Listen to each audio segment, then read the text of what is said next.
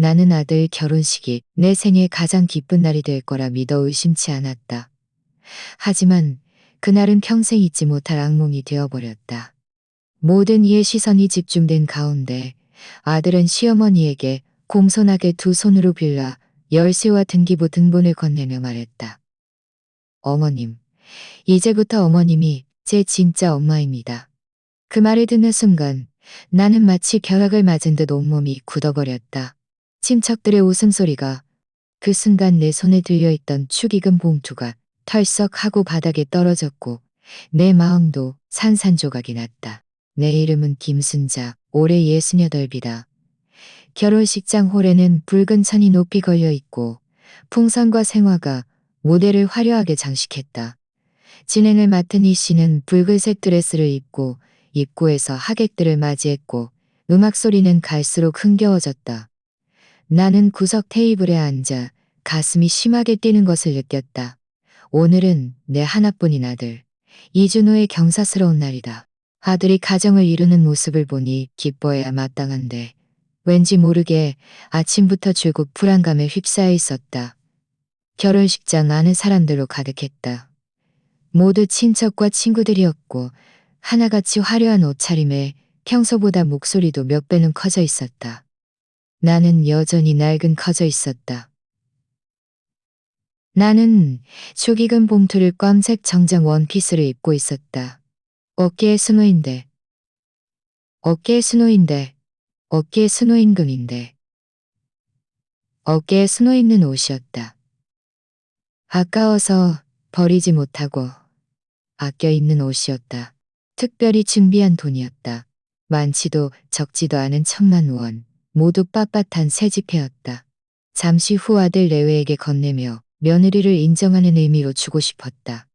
이따가 아들이 며느리의 손을 잡고 와서 엄마 하고 부를 생각을 하니 마음이 시큰하고 뭉클해져 눈시울이 붉어질 뻔했다. 하지만 한순간 무대 위 광경은 나를 자리에서 완전히 얼어붙게 만들었다. 사회자가 목청을 가다듬고 활자가 목청을 가다듬고 활짝은 거. 순식간에 무대 중앙으로 조명이 쏟아졌다. 이준호는 빳빳한 정장 차림으로 능글맞게 웃고 있었다. 그는 손에 붉은색 선물 상자를 들고 있었고 그 뒤로는 한 직원이 축소 모형을 들고 따라왔다. 어머님. 준호는 우렁찬 목소리로 귀빈석에 앉아있는 박경란 씨에게 허리를 굽혀 인사했다. 이건 제가 특별히 준비한 선물입니다. 도심에 있는 단독 빌라인데 등기부 등본은 이미 어머님 명의로 이전했습니다. 앞으로 어머님은 그곳에서 편안하게 복을 누리세요. 말이 끝나자마자 장내는 술렁거렸다. 박경란 씨는 입을 가리며 깜짝 놀란 척했지만 눈가에는 웃음꽃이 활짝 피어 있었다. 그녀는 손을 뻗어 상자를 받았다. 그 안에는 등기부 등본과 열쇠가 선명하게 놓여 있었다. 준호야, 너 정말 너무 착하구나. 박경란 씨는 일부러 눈물을 닦는 신용을 했다. 앞으로는 엄마가 너만 믿고 의지해야겠구나. 그래, 이제부터 어머님이 제 진짜 엄마입니다. 그 말을 듣는 순간 내 가슴은 주먹으로 얻어맞은 듯 쿵 내려앉았다. 귓속은 웅거렸다. 주위 사람들은 올해와 같은 박수를 치며 환호했다. 누군가는 좋은 사위다. 효심이 지극하네. 하고 외쳤다. 무대 위의 아들은 모든 대업을 이룬 듯 의기양양하게 웃고 있었다. 그러나 내 마음은 갈기갈기 찢어지는 듯했다. 내가 그의 엄마인데 10달 품고 나 상고를 이겨내고 그를 낳았다. 남편이 일찍 세상을 떠난 후 나 혼자 이 집안을 일으켜 세웠다. 장사를 하고 공사장을 뛰어다니고 한밤중에 응급실을 들락거린 모든 순간이 그를 위한 것이 아니었던가. 그런데 이제 그는 수많은 사람 앞에서 다른 이였던가. 나는 고개를 숙였다. 다른 사람들에게 내 눈물을 보이고 싶지 않았다. 하지만 목구멍이 막힌 듯 숨쉬기조차 힘들었다. 채 진정하기도 전에 이준호는 몸을 돌려 나에게로 걸어왔다. 그의 얼굴에 떠오른 미소는 순간 굳어지는 듯했지만 이내 침착함을 되찾았다. 정장 주머니에서 종이 한 장을 꺼내 탁 소리가 나게 내 앞에 던졌다. 엄마. 그는 나지막이 말했지만 주위 사람들이 모두 들을 수 있을 만큼 충분히 큰 소리였다. 이건 수정이 엄마의 뜻입니다. 엄마가 이 서약서에 서명해야 제가 무사히 결혼할 수 있습니다. 나는 멍하니 그 종이를 바라보았다. 몇 개의 큰 글자가 눈에 들어왔다. 단절 서약서. 내 심장은 쿵 하고 가라앉았고 손가락이 심하게 떨렸다. 무슨 소리니? 내 목소리는 떨렸고 거의 소리가 나오지 않았다. 이준호는 내 시선을 피하며 억지로 말했다. 엄마, 서명하세요. 나중에 자주 찾아뵐게요. 하지만 지금은 엄마와 선을 그어야만 합니다. 나는 입을 벌렸지만 한마디도 할 수 없었다. 주위에서는 수군거리는 소리가 끊이지 않았다. 친엄마가 시어머니만 못하네. 안 그래? 그러게 저 집 장모는 복이 많네. 친엄마는 복이 없나 봐. 쯧쯧. 저 노인네 아들 헛 키웠네. 나는 그 모든 말을 또렷이 들었다. 한마디 한마디가 칼날처럼 가슴을 찔렀다. 손에 들고 있던 축의금 봉투가 바닥에 떨어지며 둔탁한 소리를 냈다. 그 안에는 며느리에게 전해주려던 나의 축복이 담겨 있었는데 이제는 너무나 우스꽝스러웠다. 나는 고개를 들어 아들을 바라보았다. 그는 고개를 숙이고 내 눈을 똑바로 보지 못하고 피했다. 그 순간 나는 그가 낯선 사람처럼 느껴졌다. 목구멍이 메이고 눈물이 솟구쳤지만 나는 억지로 참아냈다. 울음을 터뜨리면 그들이 더 신나게 웃을 것이라는 것을 알았기 때문이다. 무대에서는 여전히 박수 소리가 울려 퍼졌고 박경란 씨는 의기양양하게 웃으며 딸 수정이를 흘긋거렸다. 그녀의 눈빛에는 노골적인 도발과 경멸이 가득했다. 나는 세상으로부터 버림받은 것처럼 구석에 앉아 있었다. 결혼식이 끝나고 홀에는 여전히 불이 밝혀져 있었고 웃음소리와 박수소리의 여운이 맴돌았다. 나는 혼자 걸어 나왔다. 차가운 바람이 얼굴을 때렸다. 마치 누군가 머리 위에 찬물을 한 바가지 끼얹은 것 같았다. 집으로 가는 길은 멀지 않았지만 발걸음은 평소보다 훨씬 무거웠다. 구두 굽이 바닥에 따각따각 소리를 내며 닿을 때마다 매 걸음이 오늘 일어난 모든 일이 꿈이 아니라 현실임을 일깨워주는 듯했다. 집안의 불은 이미 켜놓았다. 식탁 위에는 내가 특별히 준비한 몇 가지 요리가 놓여 있었다. 갈비찜, 생선찜, 그리고 뜨거운 국 한 냄비. 이준호가 어릴 때부터 가장 좋아하던 음식들이었다.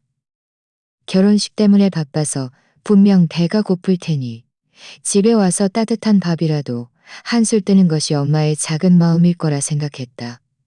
하지만 지금은 음식들이 모두 식어버렸다. 갈비찜 위에는 기름이 하얗게 굳어 있었고 국물 위에는 얇은 기름막이 굳어 있었다. 집 안은 텅 비어 차가웠고 벽에 걸린 괴종시계의 똑딱똑딱 소리만 들릴 뿐이었다. 나는 지친 몸을 이끌고 앉아 아무도 손대지 않은 음식들을 바라보았다. 가슴이 욱신거렸다. 눈물이 제멋대로 쏟아져 그릇에 떨어지며 작은 물자국을 만들었다. 고개를 들자 시선은 벽에 걸린 사진 액자에 멈췄다. 남편의 영정사진이 조용히 걸려 있었다. 사진 속 그는 여전히 의기양양했던 시절의 모습으로 눈빛은 굳건했고 입가에는 미소가 걸려 있었다. 여보, 나는 목이 매어 나지막이 중얼거렸다. 당신 봤어? 당신 아들이 모든 사람 앞에서 다른 여자를 엄마라고 불렀어. 게다가 나한테 그 단절 서약서에 서명하라고 했잖아. 눈물이 시야를 흐렸다. 나는 눈가를 닦았다. 마음이 찢어지는 듯 아파서 숨쉬기조차 힘들었다. 기억은 통제불능으로 과거로 흘러갔다. 마치 누군가 묵혀있던 서랍을 거칠게 확 열어젖힌 것 같았다. 2억 년 전 남편이 살아있을 때 우리는 돈을 모아 이 도시의 아파트를 샀다. 집은 크지 않았지만 우리가 한 벽돌 한 벽돌 쌓아 올린 집이었다. 남편은 우리에게는 배경이 없어. 오직 노력과 성실함 뿐이지. 집을 사면 아들도 나중에 기댈 곳이 생길 거야 라고 말했다. 나는 열쇠를 받던 날 이준호가 초등학생 때였다는 것을 아직도 기억한다. 그는 새집 안을 뛰어다니며 얼굴이 새빨개지도록 웃었다. 여기가 우리 새집이야. 남편은 옆에 서서 아이를 바라보았고 그의 눈에는 빛이 가득했다. 그러나 행복은 길지 않았다. 남편은 병을 진단받고 몇 년 만에 세상을 떠났다. 떠나기 전 그는 내 손을 잡고 말했다. 순자 씨, 버텨야 해. 집과 저축한 돈은 당신과 아이의 버팀목이야. 당신이 아이를 지키고 이 가정을 지켜야 해. 나는 고개를 끄덕이며 약속했다.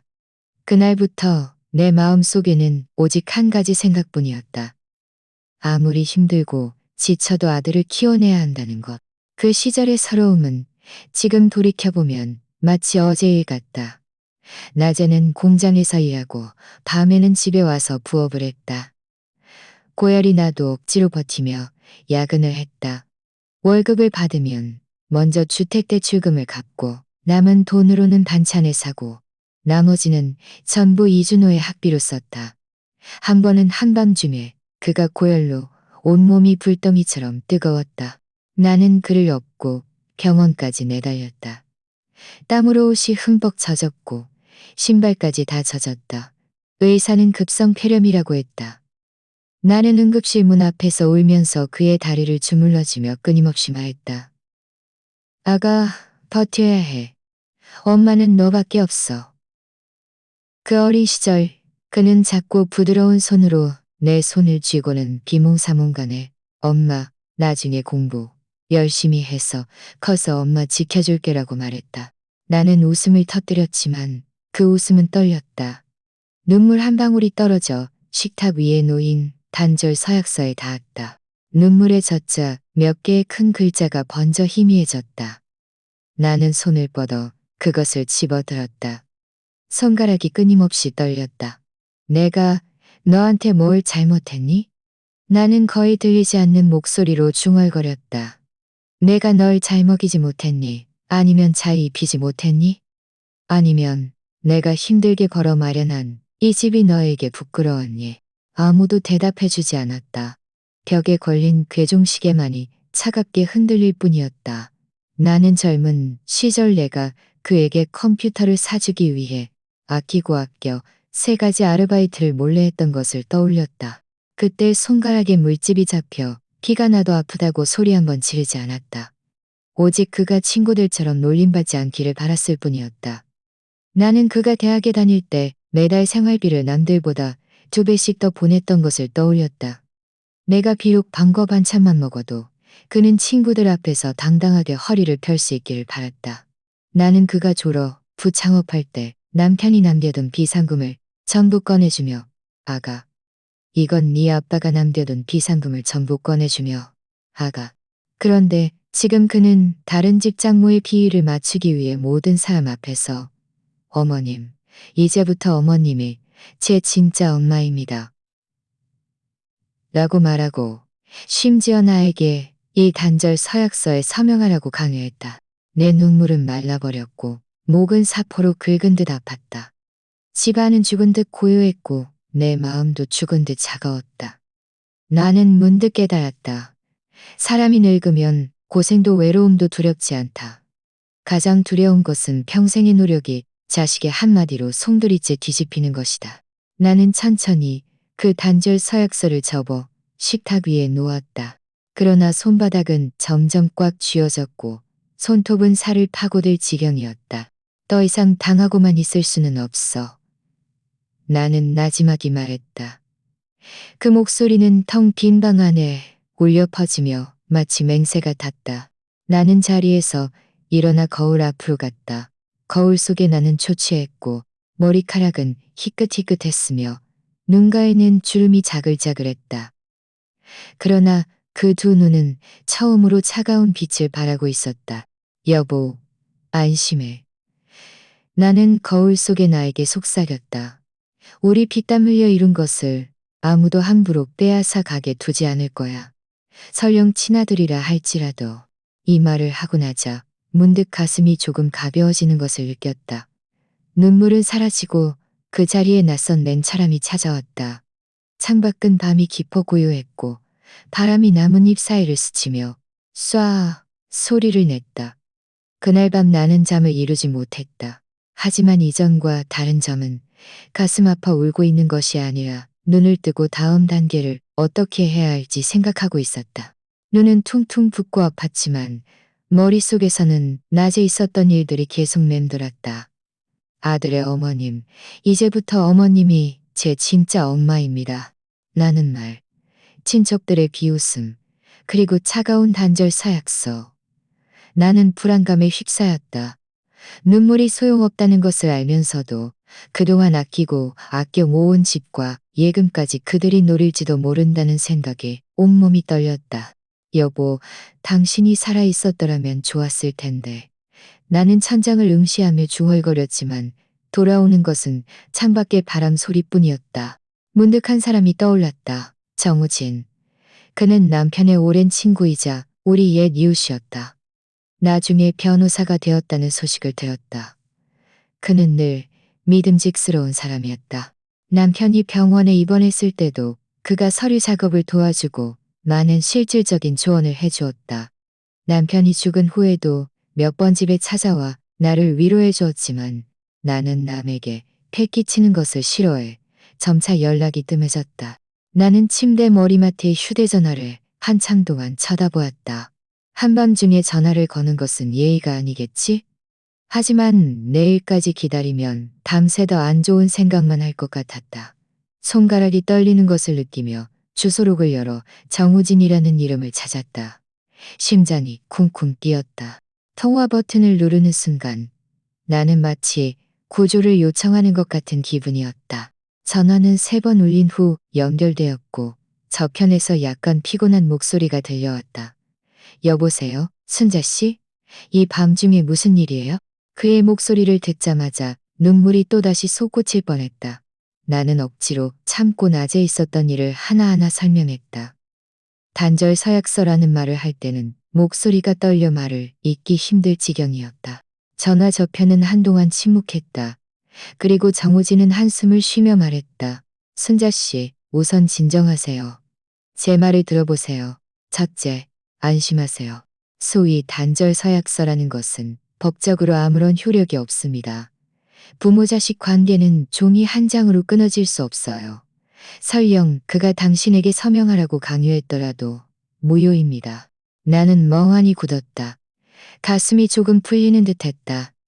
내 목소리는 여전히 떨렸다. 정말요? 그럼 그들이 나를 협박한 건가요?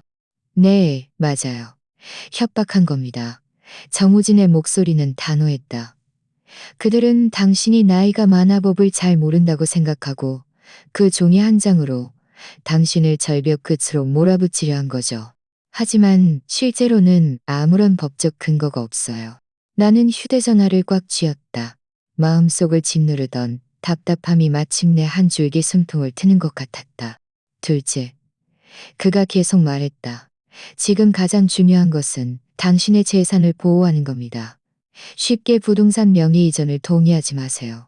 어떤 서류에도 함부로 서명하지 마시고요. 나는 학생처럼 수업을 듣는 듯 무의식적으로 고개를 끄덕였다.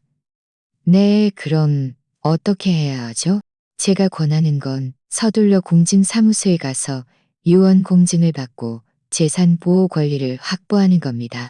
그의 목소리는 느렸지만 한마디 한마디가 내 마음을 파고들었다. 부동산, 예금, 은행 카드 모두 잠가두어 누가 함부로 명의를 도용해 이체하는 것을 막아야 해요. 유언장에는 당신의 뜻을 명확히 써두세요. 그래야 나중에 변동이 생겨도 당신의 권리가 침해받지 않도록 보장받을 수 있습니다. 나는 가슴을 부여잡았다. 처음으로 심장이 천천히 안정되는 것을 느꼈다. 정우진 씨, 만약 그들이 나를 쫓아내려고 하면 어쩌죠? 나는 결국 물어보고 말았다. 두려워하지 마세요. 그는 단호하게 말했다. 집은 당신 거예요. 그들에게는 당신을 쫓아낼 어떤 권리도 없습니다. 정말 일이 커지면 경찰에 신고하면 돼요. 그 순간 내 눈에서 다시 눈물이 흘러내렸다. 하지만 이번에는 절망 때문이 아니라 마침내 누군가가 내 편이 되어준다는 안도감 때문이었다. 고마워요, 정우진 씨. 나는 흐느끼며 말했다. 우리가 오랜 친구인데 뭘 그런 걸로 감사하다고 해요. 그가 잠시 멈추더니 목소리가 부드러워졌다. 순자 씨, 기억하세요. 당신은 혼자가 아니에요. 법이 당신 편이고 저도 당신 편이에요. 나는 휴대전화를 꽉 쥐었다. 눈물로 시야가 흐려졌다.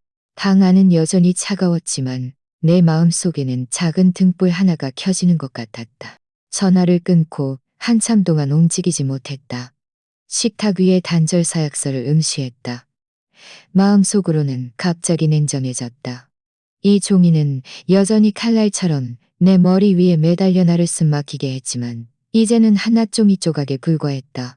나는 손을 뻗어 그것을 집어들고 자세히 살펴보았다. 그 위에 적힌 글자들이 더 이상 나를 그렇게 아프게 찌르지 않았다. 오히려 우스꽝스럽게 느껴졌다. 나는 혼잣말을 했다. 나는 단절 서약서를 잘 접어 서랍에 넣고 잠갔다. 마음속으로 다짐했다. 정우진이 말한 대로 할 것이다. 다음 날 아침 일찍 나는 퉁퉁 부은 눈으로 은행에 갔다. 창구의 젊은 직원은 내가 내민 신분증과 서류를 보며 정중하고 전문적인 어조로 물었다. 고액 이체 제한을 설정하시겠어요? 네. 나는 고개를 끄덕였다. 5만 원이 넘는 금액은 반드시 본인이 직접 와서 서명해야 합니다. 서명을 마치자 마음속에서 돌덩이 하나가 내려앉는 것 같았다. 이어서 나는 구청 부동산과에 가서 명예 이전과 담보대출 문제에 대해 상담했다. 직원은 소유권이 내 이름으로 되어 있는 한 아무도 나를 대신해서 결정할 수 없다고 말했다. 그 순간 내 마음속에서는 말로 표현할 수 없는 힘이 솟아올렸다. 평생 나는 내가 무엇인가를 통제할 수 있다고 느껴본 적이 없었다. 젊을 때는 남편의 말을 따랐고 나중에는 아들 중심으로 살았다. 그런데 오늘 나중에는 아들 중심으로 살았다. 오후가 되어서야 지친 몸을 이끌고 집에 돌아왔다. 식탁 위에는 여전히 식은 반찬들이 놓여 있었다. 하지만 이번에는 울지 않았다. 나는 그 음식들을 모두 치우며 마음속에 알 수 없는 평온함을 느꼈다. 밤이 찾아오고 창밖에는 여전히 바람 소리가 휘몰아쳤지만 나는 더 이상 외롭지 않았다. 서랍에 잠가둔 등기부 등본을 만지며 나지막이 말했다. 여보, 나 방법을 찾았어. 우리 집은 아무도 빼앗아 가지 못할 거야. 이 말을 할 때 내 목소리는 놀랍도록 평온했다. 나는 스탠드를 켜고 식탁에 앉아 흰 종이를 펼쳤다. 천천히 몇 글자를 써 내려갔다. 펜촉이 종이 위를 스쳐 지나갈 때 내 손은 더 이상 떨리지 않았다. 한 글자 한 글자를 쓸 때마다 마음이 한결 더 굳건해졌다. 나는 혼자가 아니라는 것을 알았다. 며칠 지나지 않아 내 마음이 겨우 안정되었을 때 박경란 씨가 집으로 찾아왔다. 그날 정오 햇볕은 매우 뜨거웠다. 나는 막 베란다에서 빨래를 걷고 물 한 모금 마실 틈도 없었는데 초인종이 다급하게 울렸다. 문을 열어보니 그녀는 화려한 옷차림에 새빨간 립스틱을 바르고 명품 가방을 들고 있었다. 그 뒤로는 수정이가 따라왔다. 어머, 이 집은 여전히 옛날 그대로네요. 그녀는 들어오자마자 가방을 소파에 던지듯 내려놓고는 사방을 둘러보며 노골적으로 불쾌한 표정을 지었다. 가구도 다 이렇게 낡았고 제대로 된 크리스털 샹들리에도 없네요. 순자 씨, 그래도 도시 사람인데 어떻게 아직도 시골처럼 살아요? 나는 가슴이 철렁했지만 그저 웃기만 했다. 저 같은 늙은이가 뭘 그리 신경 쓰겠어요. 살기만 하면 됐죠. 그녀는 눈을 흘기며 소파 팔걸이를 쓸어보았다. 이것 좀 보세요. 천이 다 보풀이 일어났네요. 이참에 집을 잘 리모델링하면 얼마나 근사하겠어요? 나중에 친척이나 친구들이 와도 당신이 인색하다고 말하진 않을 텐데요. 나는 찻잔을 든 채 억지로 미소를 지었다. 그럼 돈이 많이 들 텐데요. 그녀는 즉시 말을 받았다. 네, 돈은 들겠죠. 하지만 돈 쓸 가치가 충분해요. 예금 있잖아요. 이참에 좀 보태주면 별거 아니죠. 수정이가 이때 다가와 애교 섞인 목소리로 내 손을 잡았다. 엄마, 결혼식 날 보셨죠? 사람들이 다 제 반지가 너무 작고 초라하다고 그랬어요. 준호 오빠도 원래는 이 캐럿 다이아몬드 반지를 사주고 싶었는데 다 빌라 계약금으로 써버렸대요. 엄마, 좀 더 도와주시면 안 될까요? 내가 막 입을 열려는데 박경란 씨가 참을성 없게 끼어들었다. 순자 씨, 꾸물거리지 마요. 아들이 결혼했는데 시어머니가 되어서 남들한테 비웃음거리가 될 수는 없잖아요. 고작 2억 원인데 당신이 못 낼 돈도 아니잖아요. 이 말은 너무나 가볍게 들렸다. 마치 시장에서 고기 몇 근 사는 이야기처럼. 그러나 내 마음은 쿵 내려앉았다. 얼굴색은 변하지 않았지만 머릿속은 빠르게 돌아갔다. 그들이 돈을 뜯어내러 온 거였어. 한 번으로 끝나지 않고 계속해서 만족을 모를 거야. 나는 치밀어 오르는 화를 억누르고 어쩔 줄 모르는 척 연약한 목소리로 말했다. 이 2억 원은 내가 좀 생각해봐야 할 것 같아요. 요즘 수중의 돈이 넉넉지 않아서요. 박경란 씨는 즉시 눈을 가늘게 뜨고 입가에 싸늘한 미소를 걸었다. 뭘 생각해요.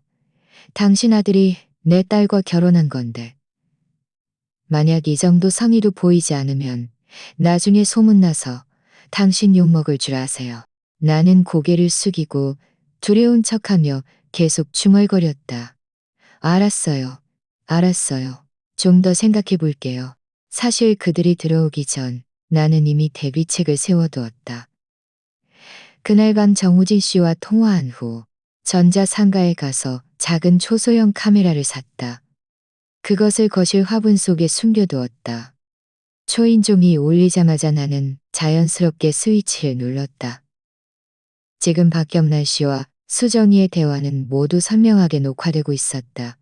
그들은 입만 열면 한마디 한마디가 노골적이었다. 나는 일부러 찻상 위에 그 단절 서약서를 놓아두었다. 박경란 씨는 한눈에 그것을 발견하고는 차갑게 웃으며 집어들고 흔들었다. 서명하는 게 제일 좋지. 서명하면 깔끔하게 끝나는 거야. 나중에 우리가 더 말할 필요도 없고. 수정이는 가식적으로 그녀를 말리는 척했다. 엄마, 그만 말해요.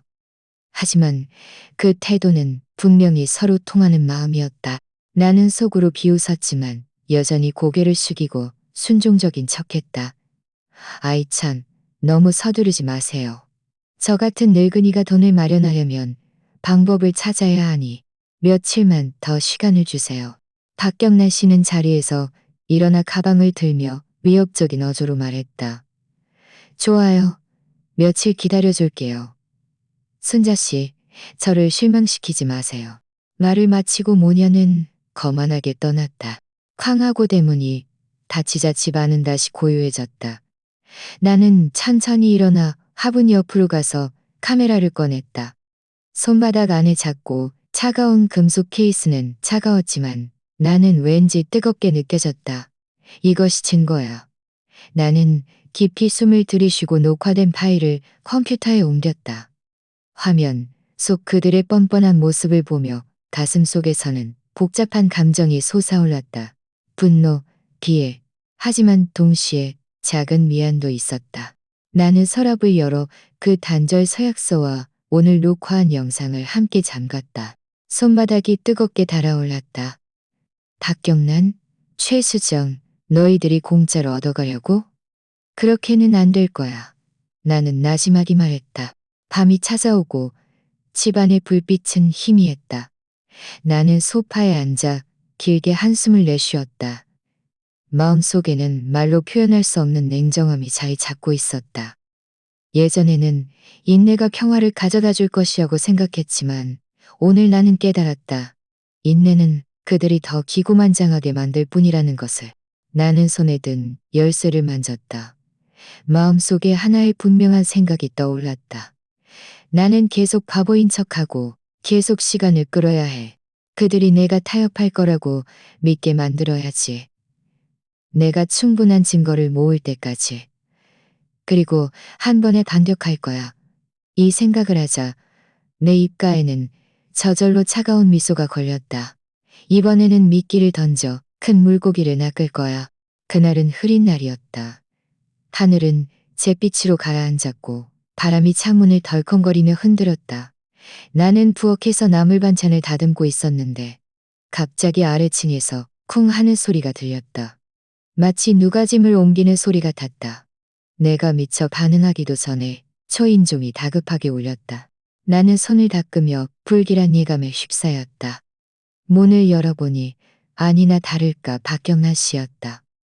그녀 뒤에는 작업복을 입은 이삿짐센터 직원 2명이 밧줄과 종이 상자를 들고 서 있었다.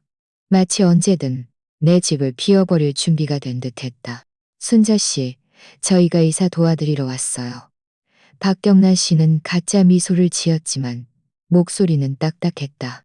나는 얼어붙었다. 이사. 어디로? 당연히 교회의 작은 집으로 가셔야죠. 그녀는 턱을 치켜들고 당연하다는 듯 말했다.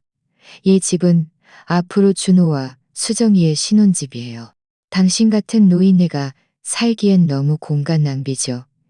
저희가 이미 차도 구해놨으니 오늘 바로 시작하죠.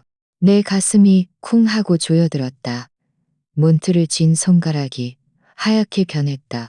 이 집은 내 거야. 내 목소리는 떨렸다. 나는 이사 갈 생각 없어. 박경란 씨는 눈을 흘기며 바로 직원들에게 소리쳤다. 뭘 꾸물거려요. 어서 들어가서 짐 다 싸요. 저 노인네는 나중에 정리되면 알아서 갈 거예요. 두 직원은 서로 얼굴을 마주보며 망설였다. 나는 얼른 몸을 가로막고 문 앞에 섰다.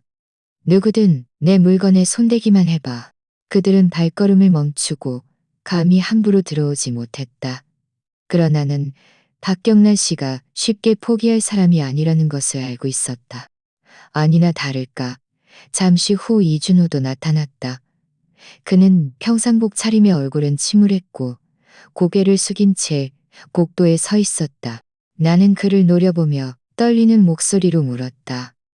이게 네 생각이야? 그는 나를 똑바로 보지 못하고 웅얼거렸다. 엄마, 이사 가세요. 교회는 공기도 좋고 엄마 몸에도 좋을 거예요. 내 마음은 순식간에 차갑게 식어버렸다. 공기가 좋다고? 이건 그들이 꾸며낸 핑계일 뿐이었다. 진실은 나를 집에서 쫓아내고 이 집을 완전히 차지하려는 속셈이었다. 준호야, 잊지 마. 이 등기부 등본에 누구 이름이 쓰여 있는지. 나는 목소리를 낮췄지만 분명하고 또렷하게 말했다. 내 이름 김순자라고 쓰여 있어. 네 이름도 아니고 그들의 이름도 아니야. 박경란 씨는 차갑게 웃으며 가방에서 종이 한 장을 꺼내 내 눈앞에서 흔들었다. 뭘 그리 거창하게 말해요? 당신은 어차피 이 집을 준호에게 물려줄 거잖아요. 차라리 빨리 넘겨줘서 나중에 문제 생길 일 없게 하는 게 좋지. 나는 그 종이를 응시했다. 단절 서약서 사본이라는 것을 알아보았다. 내 입가에 천천히 차가운 미소가 걸렸다. 당신들 정말 어리석군. 이런 종이 쪼가리가 법적으로 아무 효력도 없다는 걸 몰라? 나는 재빨리 손을 들어 미리 준비해둔 등기부 등본을 내밀었다. 당신들 똑똑히 봐. 이게 진짜 증서야. 이 집은 단 한 평도 내주지 않을 거야. 박경란 씨의 얼굴은 굳어졌고 이내일을 악물었다. 이 늙은 여우가 술은 안 마시고 독만 마시려 하네. 그녀는 손짓으로 직원들에게 억지로 들어서 하고 명령했다. 내 심장이 철렁했다. 나는 즉시 전화를 들고 그녀 앞에서 112를 눌렀다. 여보세요, 경찰 아저씨? 누가 내 집에 무단 침입해서 나를 쫓아내려고 해요. 내 목소리는 너무나 차가워서 나 자신도 놀랐다. 박경란 씨는 내가 정말 경찰에 신고할 줄은 몰랐는지 얼굴이 새하얗게 질렸다. 직원들은 더욱 겁에 질려 서둘러 손에 든 상자를 내려놓고 나지막이 속삭였다. 아줌마, 이거 뭔가 이상해요. 우리 그냥 철수하죠. 얼마 지나지 않아 아래층에서 경찰차 사이렌 소리가 들렸다. 몇 분 후 2명의 경찰관이 올라왔다. 무슨 일입니까? 한 경찰관이 박경란 씨를 보며 물었다.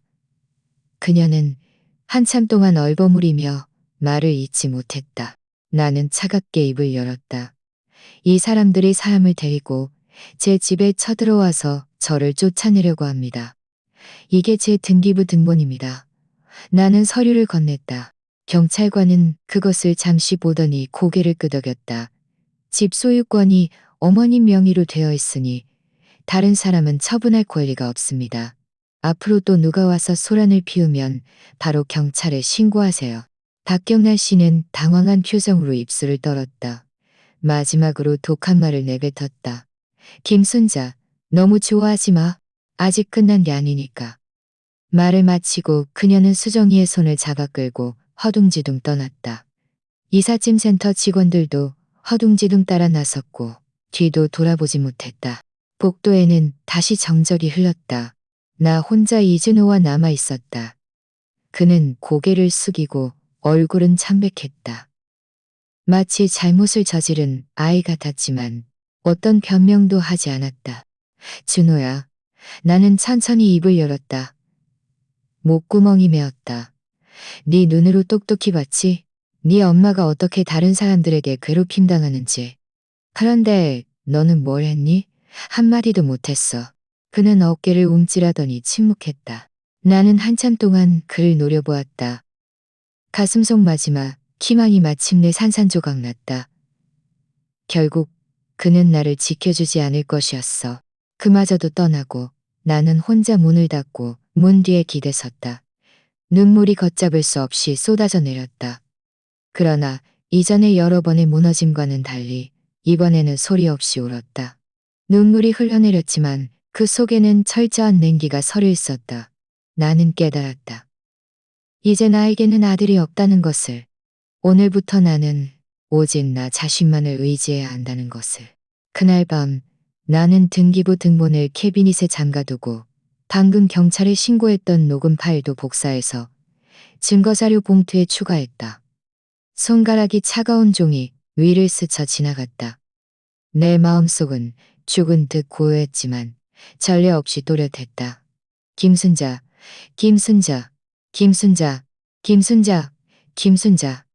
네가 계속 어리석게 굴면 그들은 네 살점까지 뜯어 먹으려고 할 거야. 나는 마음속으로 되뇌었다.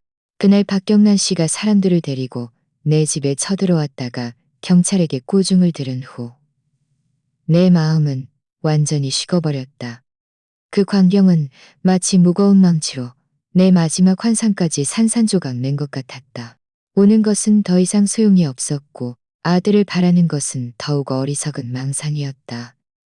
남은 길은 오직 나 스스로 걸어가야만 했다. 그래서 나는 반격하기 시작했다.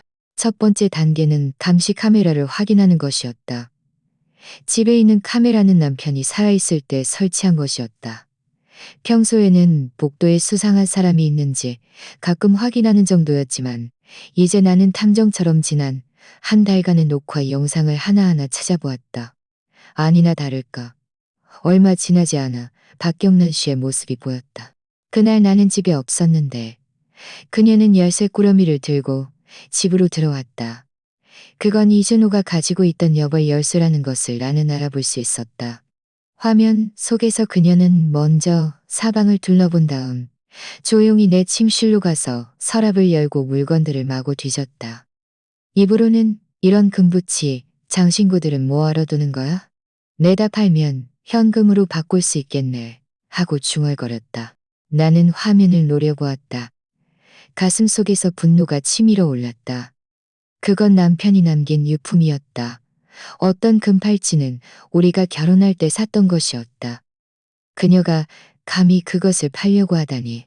나는 즉시 이 영상을 저장하여 USB에 넣고 클라우드에도 한부를 업로드했다. 하나도 빠짐없이. 두 번째 단계는 거래 내역을 확인하는 것이었다. 나는 은행 카드와 거래 명세서를 모두 꺼내 한 줄 한 줄 대조했다. 아니나 다를까 몇 건의 비정상적인 이체 내역이 발견되었다. 어떤 금액은 10,000원, 20,000원으로 크지 않았지만 김본했고 이준호의 결혼식 전후에 집중되어 있었다. 수취 계좌는 최수정이 사촌 동생 명의로 되어 있었는데 금액을 합해보니 이미 5천만 원에 육박했다. 그건 내가 평생을 모아둔 노후 자금이었다. 그들이 감히 손을 대다니. 나는 즉시 은행에 가서 거래 내역서를 출력하고 서명과 도장을 받아 증거 자료 봉투에 넣었다. 종이 위를 스쳐 지나가는 손가락을 느끼며 나는 더 이상 남에게 휘둘리는 늙은이가 아니라고 생각했다. 세 번째 단계는 이웃에게 물어보는 것이었다. 나는 과일 한 봉지를 들고 옆집 김 여사님 댁문을 두드렸다. 그녀는 오래된 동네 주민으로 나와 수십 년을 알고 지낸 사이였다. 김 여사님, 제가 좀 여쭤볼 게 있어요. 나는 목소리를 낮췄다. 요즘 박경란 시내가 우리 집에 오는 거 보셨어요? 김 여사님은 눈을 번뜩였다. 그럼요, 봤죠. 그 여자, 며칠에 한 번씩 와서 당신 집 앞에서 서류 뭉치를 들고 전화 통화를 하더만. 등기부 등본이 어쩌고저쩌고 하는 소리를 내가 다 들었어. 나는 가슴이 철렁했다. 서둘러 말했다. 김 여사님, 그럼 증언 좀 해주실 수 있을까요? 그녀는 즉시 고개를 끄덕였다. 그럼요. 걱정 마요. 내가 당신 편에서 솔직하게 말해줄 테니. 이 나이에 우리가 뭘 그들이 무섭겠어. 내 마음속에 따뜻함이 밀려왔다. 나는 연신 감사하다고 말했다. 네 번째 단계는 정우진 변호사를 찾아가는 것이었다. 나는 USB 거래 명세서, 이웃의 증언을 한꺼번에 그에게 건넸다. 그는 서류를 받으며 평소처럼 침착한 표정이었다. 순자 씨, 정말 잘하셨어요. 그는 서류를 보면서 고개를 끄덕였다. 이 증거들을 합치면 그들이 당신의 재산을 노리고 있다는 것을 충분히 증명할 수 있습니다. 증거를 좀 더 모으면 정식으로 고소할 수 있어요. 나는 깜짝 놀랐다. 고소한다고요? 그는 안경을 고쳤으며 말했다. 만약 그들이 계속 당신을 강요한다면 그건 불법적인 재산권 침해가 됩니다. 그때는 우리가 당신을 보호할 수 있을 뿐만 아니라 그들이 감당할 수 없는 대가를 치르게 할 수도 있습니다. 내 심장이 쿵 하고 세게 울렸다. 문득 오랫동안 잊고 있던 자신감이 솟아올랐다. 그날 밤 나는 혼자 거실에 앉아 증거 자료 봉투를 식탁 위에 놓았다. 불빛이 종이들을 비추었다. 분명 차가운 재료들이었지만 나는 그 어떤 것보다도 든든하게 느껴졌다. 나는 그 증거들을 어루만지며 마음속으로 천천히 냉정해졌다. 수십 년 동안 나는 모성애로 나 자신을 유화시키며 아들은 언젠가 돌아올 거야라고 스스로를 위로했다. 그러나 현실은 계속해서 나를 때렸다. 오늘부터 나는 다른 방식으로 살 것이다. 단 한 푼도 양보하지 않을 것이다. 나는 자리에서 일어나 거울 앞으로 갔다. 거울 속에 나는 머리카락은 휘어졌고 눈가에는 주름이 깊게 패여 있었다. 그러나 그 두 눈은 더 이상 촉촉하지 않았다. 김순자, 기억해. 나는 나 자신에게 말했다. 오는 건 소용없어. 네 손에 쥐고 있는 것만이 진짜야. 다음 날 아침 일찍 나는 일부러 가장 아끼는 짙은 회색 외투를 꺼내 입었다. 날씨는 차가웠고 바람이 얼굴에 와닿아 살을 애는 듯했지만 내 마음은 너무나 또렷했다. 택시를 타고 공증사무소로 향했다. 창밖으로 스쳐 지나가는 풍경을 보며 내 마음속에는 오직 한 가지 생각뿐이었다. 이번에는 그들의 길을 완전히 막아버릴 거야. 공증사무소의 로비는 넓었고 벽에는 붉은 바탕에 흰 글씨로 법에 따라 공증하고 권리를 보호합니다라는 홍보 문구가 걸려 있었다. 내가 들어설 때 손바닥에는 이미 땀이 흥건했다. 예전에는 내가 언젠가 이곳에 오게 될 것이라고는 상상도 해본 적 없었다.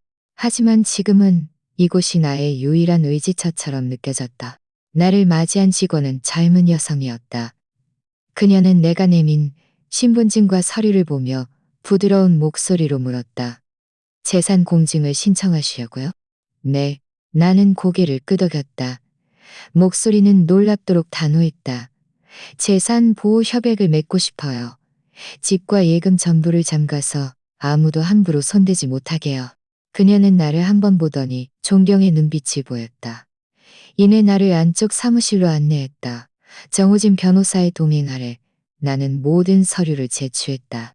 등기부 등본, 은행 통장, 신분증 사본 등 모든 것이 탁자 위에 펼쳐졌다.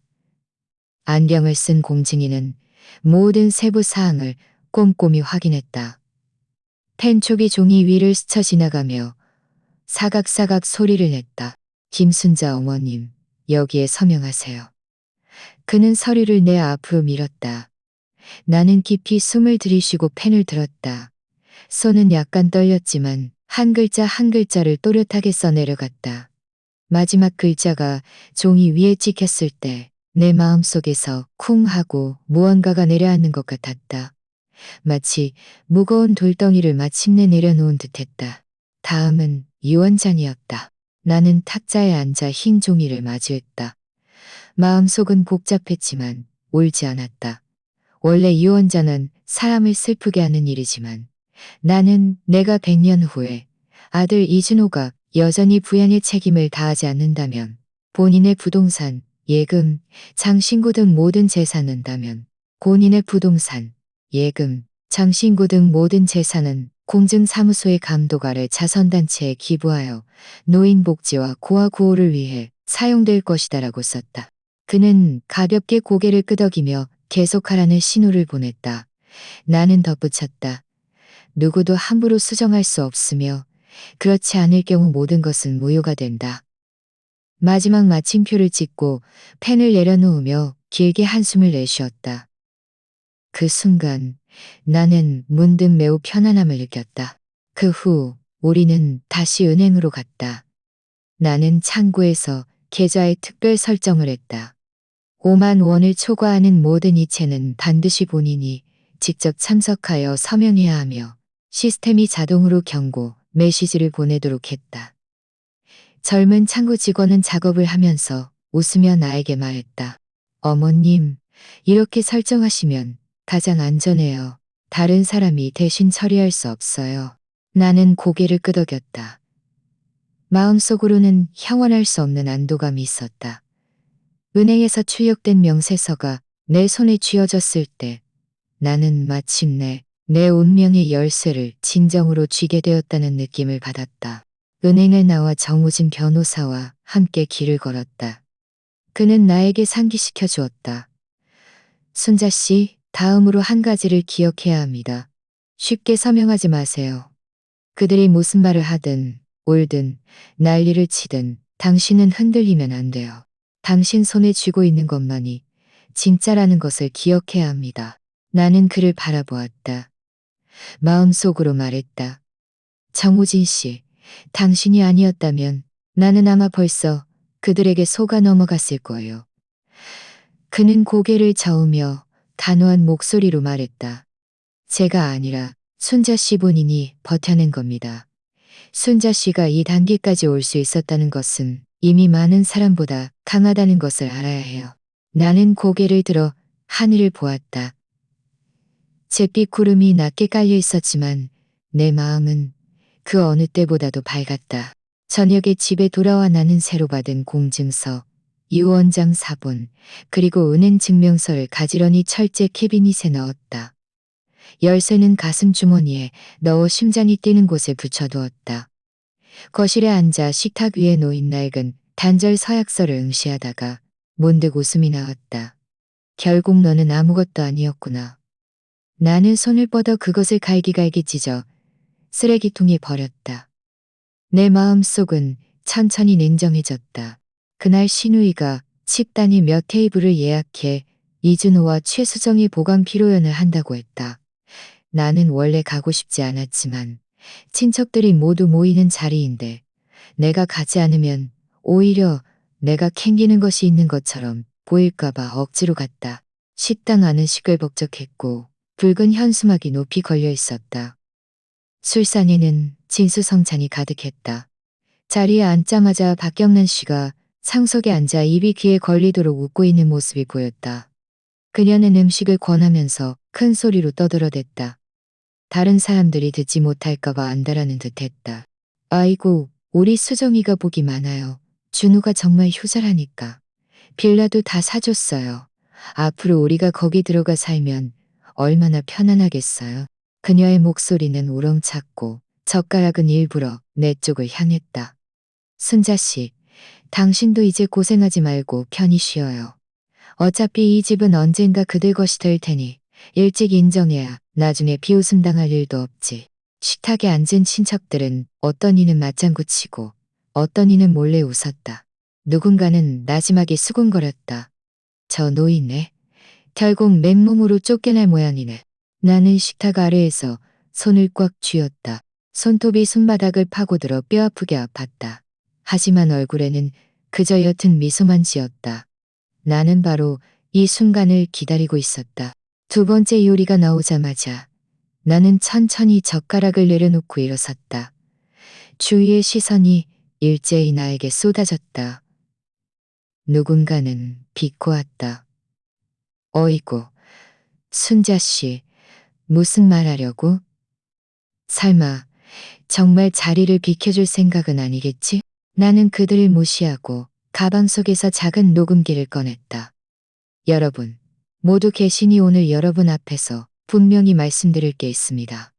내 목소리는 크지 않았지만 놀랍도록 침착했다.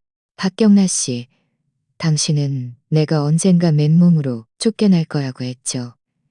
그럼 먼저 당신이 평소에 뭐라고 말했는지 들어보시죠. 나는 재생 버튼을 눌렀다.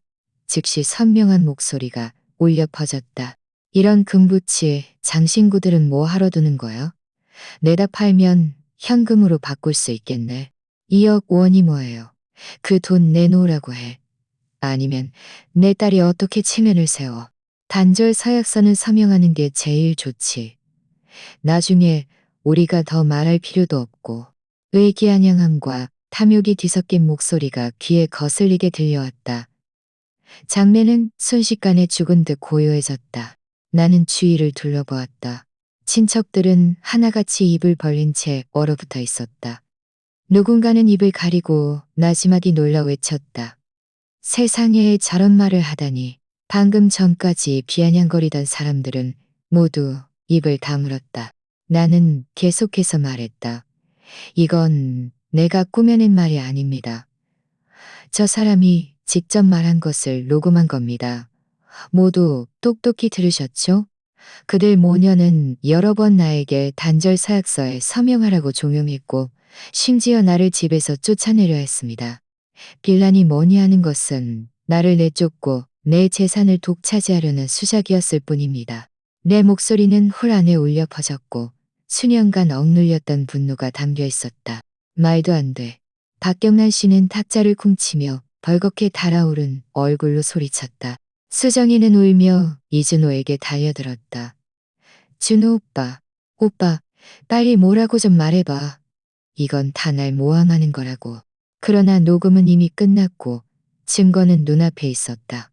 식탁에 앉은 사람들 중 어리석은 사람은 아무도 없었다. 하나같이 나지막이 수군거리기 시작했다. 이제야 진실이 밝혀졌네.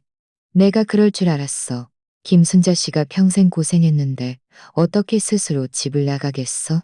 정말 시어머니가 너무 심하네. 분위기는 완전히 뒤바뀌었다. 더 이상 나를 비웃는 사람은 없었고 그들을 향한 비난의 시선만 가득했다. 나는 그들의 당황한 모습을 보며 통쾌함보다는 차가운 냉철함을 느꼈다. 박경란 씨. 나는 그녀를 또렷하게 노려보았다. 당신은 말장난을 할 수 있지만 증거는 거짓말을 하지 않아. 당신은 내가 평생 어리석게 살았다고 생각했겠지만 당신은 틀렸어. 오늘부터 나는 당신에게 단 한 푼의 정분도 남기지 않을 거야. 수정이는 울부짖으며 소리쳤다. 엄마, 이러지 마세요. 우리는 한 가족이잖아요. 나는 차갑게 웃었다. 한 가족? 당신들이 저 바닥에 떨어진 단절 서약서부터 이미 한 가족이 아니었잖아. 이진호는 구석에 앉아 얼굴은 창백했고 눈은 텅 비어 있었다. 그는 입술을 움직였지만 한마디도 하지 못했다. 나는 그가 이렇게 당황하는 모습을 처음 보았다. 그는 나를 바라보았다. 마치 일이 완전히 통제불능이 되었다는 것을 마침내 깨달은 듯했다. 그의 눈빛에는 두려움과 후회가 서려 있었지만 내 마음속에는 더 이상 아무런 동요도 없었다. 밥상이 파할 무렵 나는 녹음기를 챙겨 대강당을 나섰다. 등 뒤에서는 여전히 시끄러운 사람들의 소리가 들렸다. 누군가는 나지막에 한숨을 쉬었고 또 누군가는 김순자 씨, 이번엔 제대로 뒤집었네라고 말했다. 내가 막 돌아서서 떠나려는데 등 뒤에서 갑자기 목소리가 들려왔다. 익숙하면서도 떨리는 목소리였다. 내 발걸음이 살짝 멈칫했지만 돌아보지 않았다. 다음 순간 등 뒤에서 쿵 하는 소리가 들렸다. 나는 몸을 돌렸다. 이진우가 내 앞에 무릎을 꿇고 있었다. 눈물은 걷잡을 수 없이 흐르고 얼굴은 창백했다. 그는 온몸을 떨고 있었다. 마치 갈 곳 없는 아이 같았다. 엄마, 제가 잘못했어요. 그는 울먹이며 목이 쉬어라 소리쳤다. 그 사람들 말 듣지 말았어야 했는데, 엄마를 서럽게 하지 말았어야 했는데, 제가 정말 잘못했어요. 대강당은 순식간에 조용해졌다. 젓가락 놓는 소리, 의자 끄는 소리 모두 사라졌다. 공기는 마치 응고된 듯했다. 모든 사람들이 숨죽이고 우리 모자를 바라보았다. 누군가는 몰래 고개를 돌려 한숨을 쉬었고 누군가는 눈을 깜빡이며 차마 똑바로 보지 못했다. 한순간 내 가슴이 무언가에 세게 부딪힌 듯 아팠다. 그는 뱃속에서 10달 품어 낳은 내 자식이었다. 평생을 바쳐 지켜온 사람이었다. 어릴 적 그가 고열로 알아누웠을 때 힘없이 엄마하고 부르던 기억이 났다. 처음 학교 가던 날 내 손을 꼭 잡고 놓지 않던 모습도 떠올랐다. 그 장면들이 조수처럼 밀려와 내 가슴을 쥐어짜는 듯한 통증을 안겨주었다. 하지만 다음 순간 차가운 냉기가 온몸을 빠르게 감쌌다. 잘못? 그가 무엇을 잘못했는가? 그가 사람들 앞에서 다른 여자를 진짜 엄마라고 부른 것이 잘못인가? 아니면 나에게 그 단절 서약서를 내밀 때의 그 차가운 무관심이 잘못인가? 혹은 내가 시어머니에게 핍박당하는 것을 보면서도 방관자처럼 한마디도 하지 않았던 것이 잘못인가? 이 모든 잘못은 오늘 처음 일어난 것이 아니었다. 그것은 나를 한 번 또 한 번 절벽 끝으로 밀어 넣은 일들이었다. 나는 천천히 몸을 낮춰 그의 텅 빈 눈을 응시했다. 이준호. 내 목소리는 놀랍도록 평온했지만 칼날처럼 차가웠다. 기억해. 오늘부터 나는 더 이상 네 엄마가 아니야. 그는 온몸을 떨었다. 마치 벼락을 맞은 듯했다. 동공이 갑자기 수축했고 눈 속의 눈물은 순식간에 굳어버렸다. 엄마, 이러지 마세요. 그는 손을 뻗어 내 옷자락을 잡으려 했지만 그의 움직임은 극도로 혼란스러웠다. 그 손은 너무나 익숙했다. 예전에는 수없이 나를 이끌고 길을 건넜던 손이었지만 이제는 나에게 온몸의 상처를 안겨주었다. 나는 차갑게 그 손을 뿌리쳤다. 마치 무거운 족쇄를 벗어던지듯. 나는 몸을 일으켜 세우고 등을 곧게 폈다. 마치 지난 68년간 처음으로 이렇게 꼿꼿하게 서본 듯했다. 휴대하고 있던 가방에서 공증사무소에서 막 받아온 유언장을 꺼냈다. 종이는 불빛 아래 차갑게 빛났고 모서리는 날카로웠다. 여러분, 모두 계시니 오늘 여러분 앞에서 분명히 말씀드리겠습니다. 나는 종이를 펼쳤다. 목소리는 크지 않았지만 분명하고 또렷했다. 저는 이미 유언장을 작성했습니다. 만약 이준호가 앞으로도 효도의 책임을 다하지 않는다면 저의 부동산, 예금, 그리고 모든 재산은 전부 자선단체에 기부될 것입니다. 그에게는 단 한 푼도 남기지 않을 것입니다. 대강당은 정적에 휩싸였다. 젓가락이 바닥에 떨어지는 소리조차 또렷하게 들릴 정도였다. 친척들은 서로 얼굴을 마주보며 아무도 감히 말을 꺼내지 못했다. 나는 그들이 충격받았다는 것을 알았다. 한 어머니가 이렇게까지 할 수 있다는 것에 놀랐을 것이다. 그러나 오직 나 자신만이 알았다. 이것은 냉혹함이 아니라 스스로를 지키는 일이라는 것을. 누군가 나지막이 한숨을 쉬었다. 에이, 저 모자는 이제 완전히 끝났네. 나는 또렷이 들었지만 뒤돌아보지 않았다. 이준호는 여전히 바닥에 무릎을 꿇고 있었다. 눈물로 바닥이 축축했다. 그는 중얼거렸다. 엄마, 제가 정말 어리석었어요. 다시 한번 기회를 주세요. 제가 엄마 말씀 다 들을게요. 나는 그를 노려보았다. 눈빛은 차가웠다. 기회? 나는 고개를 저었다. 목소리는 낮고 단호했다.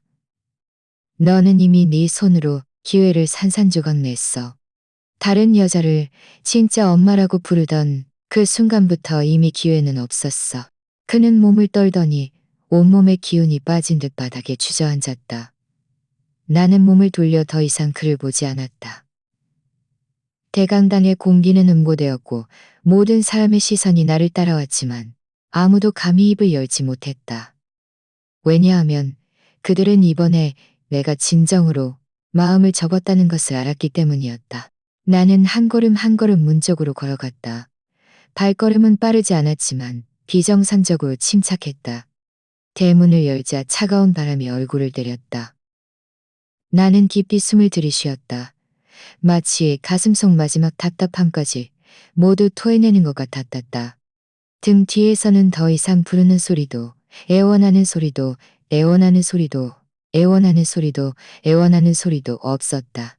오직 돌길 위에 떨어지는 내 발걸음, 소리만이 착, 착 하고 단호하고 또렷하게 울릴 뿐이었다. 며칠 동안 나는 집안을 깨끗하게 정리하고 처리해야 할 물건들을 하나씩 정리해 나갔다. 옷장 속 묵은 옷들 좀 줄 수 있는 것은 주고 입을 수 없는 것은 싸서 버렸다. 식탁 밑에 쌓여있던 낡은 앨범을 뒤적이다가 다시 조용히 덮어 캐비닛 깊숙한 곳에 넣어두었다. 앨범을 뒤적일 때 내 손가락은 누렇게 가랜 가족사진 한 장에 멈췄다. 사진 속에는, 자리 속에는 젊은 시절의 나와 남편, 그리고 어린 준호가 남편. 나는 문득 깨달았다. 어떤 것들은 기억 속에 남겨두어야 할 뿐, 더 이상 짊어지고 다닐 필요가 없다는 것을. 그날 아침 나는 낡은 여행 가방 하나를 꺼냈다. 그것은 수십 년 동안 나와 함께하며 가죽 표면은 이미 닳아 있었고 지퍼도 잘 잠기지 않아 움직일 때마다 딸깍 소리를 냈다. 하지만 나는 그것을 바꾸기 아까워했다. 마치 많은 낡은 물건들을 바꾸기 아까워하는 것처럼. 나는 갈아입을 옷 몇 권을 넣고 복용할 약과 신분증 그리고 몇 권의 책을 챙겼다. 결국 가방은 크지 않았지만 딱 적당했다. 이만하면 됐어. 나는 나지막이 중얼거렸다. 마음속에 갑자기 가벼움이 밀려왔다. 나는 집 안을 한 바퀴 돌며 가고 벽, 창틀을 가볍게 쓰다듬었다. 마치 그들과 작별 인사를 하는 듯 했다. 이곳은 내 반평생을 지켜온 곳이었다. 웃음소리도 있었고 눈물도 있었다. 하지만 이제 나는 이곳을 떠나 더 넓은 세상을 보러 갈 것이다. 떠나기 전 나는 옆집 김 여사님 댁 문을 두드렸다. 낡은 집의 열쇠를 그녀의 손에 건넸다. 김 여사님, 당분간 집이 비어 있을 것 같아요. 좀 돌봐주시겠어요? 그녀는 잠시 멍하니 있다가 이내 고개를 끄덕였다. 걱정 말고 다녀와요. 힘내요, 순자 씨. 어디 멀리 떠나는 거야? 나는 웃었다. 가슴속이 한결 가벼웠다. 네, 맞아요. 이렇게 많은 세월 동안 어디도 가본 적이 없었어요. 아직 다리 힘이 있을 때 나가서 세상을 좀 보고 싶어요. 김 여사님은 몇 초간 멍하니 있다가 눈가가 붉어졌다. 그녀는 내 손을 가볍게 쥐었다. 손바닥은 여전히 따뜻했다. 가요, 순자 씨. 우리처럼 나가지 못하는 사람들을 대신해서라도 바깥 세상을 잘 보고 와요. 나는 코끝이 시큰했지만 힘껏 고개를 끄덕였다. 대문 쪽에서 바람이 불어와 마당의 늙은 목서화나무를 흔들었다. 희미한 꽃향기가 흙냄새와 섞여 코끝으로 스며들었다.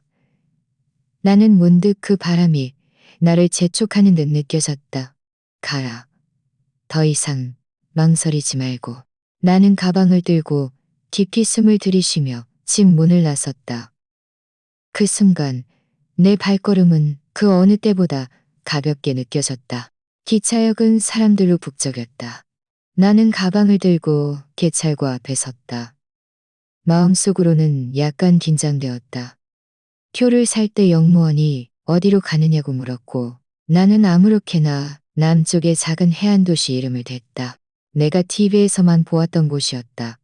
손에 든 얇은 기차표는 새로운 세상으로 가는 통행증 같았다. 순자 씨, 정말 갈 거야? 마음속에서는 여전히 망설이는 목소리가 들렸지만 이내 또 다른 목소리가 더 단호하게 대답했다. 그래, 가야 해. 너는 평생을 남을 위해 살아왔어. 이제는 너 자신을 위해 살아야 할 때야. 기차가 천천히 움직이기 시작했다. 바퀴와 레일이 마찰하며 쉬익 하는 소리를 냈다. 나는 창가 자리에 앉아 무릎 위에 두 손을 포개었다. 심장이 빨라졌다. 마치 처음으로 먼 길을 떠나는 아이 같았다. 창밖 풍경이 빠르게 스쳐 지나갔다. 도시의 고층 건물들이 점점 멀어지고 그 자리에는 푸른 논밭이 가지런히 펼쳐졌다. 멀리서는 굴뚝 연기가 피어오르는 마을도 보였다.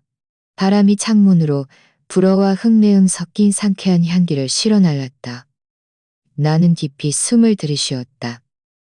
눈가에 문득 물기가 맺혔다. 아, 이것이 자유의 맛이구나. 나는 마음속으로 나지막이 말했다. 기차는 점점 더 멀리 달렸다. 산맥이 점차 나타났다. 푸른 봉우리들이 끝없이 이어졌고 강물은 굽이굽이 흘러갔다. 햇살이 수면에 반사되어 반짝거렸다. 나는 창밖을 응시하다가 문득 가슴이 확 트이는 것을 느꼈다. 마치 가슴을 짓누르던 돌덩이가 마침내 치워진 것 같았다. 과거의 날들은 과거에 남겨두자. 아들, 시어머니, 그 모든 비아냥거림은 기차 바퀴의 괴눈과 함께 뒤로 던져버리자. 나는 머리를 창문에 가볍게 기댔다. 남은 날들 너무 조심스럽게 살아왔어. 남은 날들 나는 이 세상을 잘 보고 살 거야. 누구를 위해서도 아니고. 이제는 다시 웃는 법을 배우고 걷는 법을 배우고 햇볕 아래 고개를 드는 법을 배워야 해. 기차 안에는 내 맞은편에 작은 여자아이가 앉아 있었다. 손에는 알록달록한 그림이 그려진 그림책을 들고 있었다. 아이는 고개를 들어 나를 한번 보더니 갑자기 웃었다. 할머니, 여행 가세요? 아이가 앳된 목소리로 물었다. 나는 멍하니 있다가 이내 웃었다. 할머니는 바깥 구경하러 간단다. 여자아이는 까르르 웃으며 그림책을 펼쳐 나에게 보여주었다. 제가 그린 바다예요. 그림 속 바다는 눈부시게 파랬고 파도는 겹겹이 밀려왔다. 나는 그 어린 그림을 응시하며 가슴이 따뜻해졌다.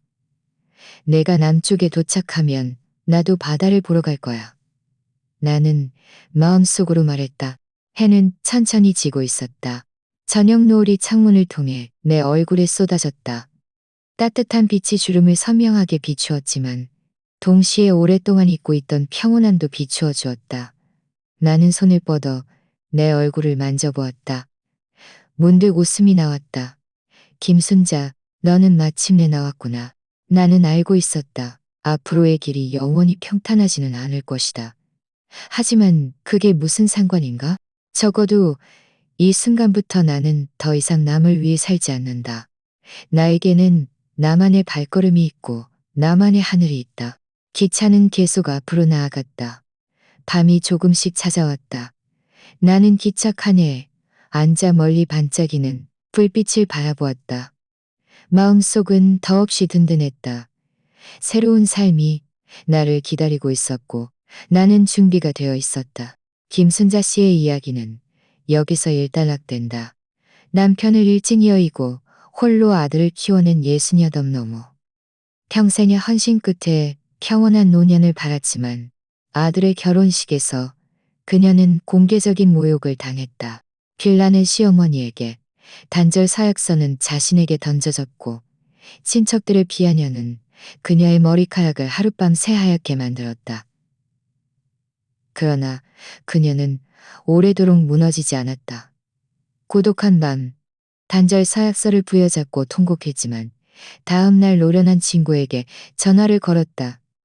그렇게 그녀는 법의 보호를 알게 되었고 자신의 고호를 알게 되었고 자신을 위해서는 녹음기를 꺼내 그녀는 법의 보호를 알게 되었고 증거를 모으고 녹음하고 통장 내역을 나는 더 이상 네 엄마가 아니야라는 냉혹한 말을 던졌다. 이토록 잔인한 말이지만 다른 관점에서 보면 스스로를 지키기 위한 마지막 몸부림이었다. 많은 이들이 모성애는 무조건적인 희생과 인내라고 말하지만 김순자 씨는 자신의 경험을 통해 어머니 또한 존엄성이 필요한 인간이며 자신의 노년을 지킬 권리가 있음을 우리에게 보여준다. 가장 감동적인 것은 이야기의 마지막 장면이다. 남은 날들 나는 이 세상을 잘 보고 살 거야. 그녀의 이야기는 묻는다. 나이 든다는 것이 자식의 결정에만 따르는 것을 의미하는가?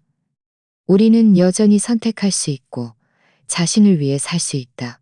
재산을 지키는 것은 자존감을 지키는 것이며 존엄성을 지키는 것은 남은 생을 지키는 것이다.